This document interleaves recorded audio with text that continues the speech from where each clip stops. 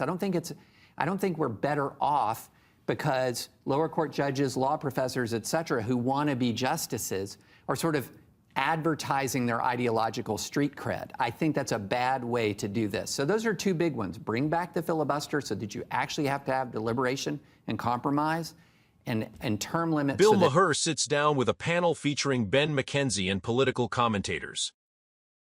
What starts as a normal debate quickly turns into a chaotic mix of crypto scams, political extremism, and cultural outrage. But the real tension?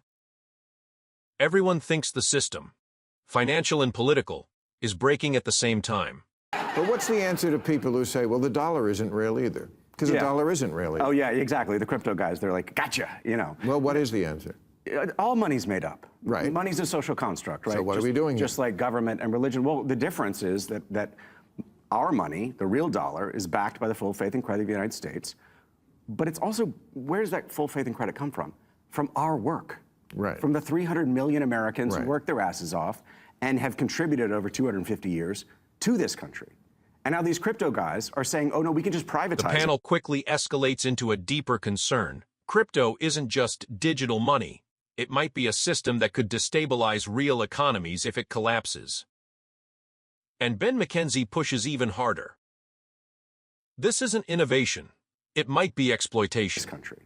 And now these crypto guys are saying, oh no, we can just privatize it, pretend it's a dollar, and basically as they integrate it into our financial system, what's going to happen is when crypto crashes again, it could take down the entire financial system. But when and we'll end up bailing these fuckers out again. Yeah, I mean, and then you say this, it could be as little as 20 individuals who are really profiting from this. And everybody else, I mean, millions of people have lost their shirt. Yeah. When they... Yeah. It's an insider trading scam. Absolutely. I mean, the insiders always win, and the general public always loses on average. This is just that on steroids. Yeah, exactly. I'm to give you an example. Trump coin, right? His meme coin, down 96%, right? They had all the coins.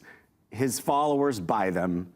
They dump on the followers. Now, some of them got something out of it. As the crypto debate cools down, the conversation shifts into something more explosive: political extremism, media polarization, and how language like fascist is being overused. Style of politics. And I think that that in fact the reaching for the term fascist has become so easy and so lazy that anyone who expresses any opinion pretty much at all, you could fascist.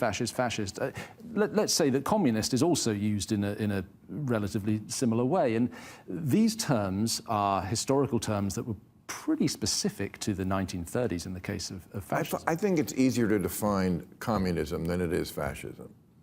Fascism, I've heard so many different definitions, and I think we all kind of feel like the Supreme Court with pornography. I know it when I see it. Right. But it's hard to kind of, well, is it the mixing of corporate power with military power? You know, what is it exactly? But you know it when you see it. Well, I've been saying it about Trump for years, that, you know, like there are things that look like they're heading toward autocracy or fascism. But, you know, honestly, in a lot of them, we haven't gotten there. Yeah. Well, I mean, the 1930s fascism is fairly easy to define. It's militarism, it's nationalism, it's control of the press. It's a lot of things. A lot of things that are brewing now. But the trouble is by using that term, and because it's now, I mean, you get things like eco-fascism. What the fuck is eco-fascism? Like I'm gonna wind farms everywhere. Come on.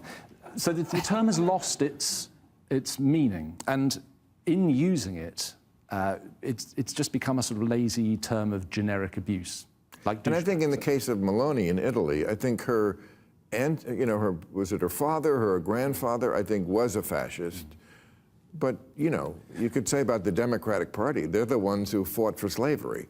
Okay, right. So I mean, everybody's got, if you go back in time, it doesn't matter. What are you now? I mean, I'm not even sure she's that much of a right-winger. She seems to be... What starts to become clear in this panel is that modern politics isn't really about understanding ideas anymore.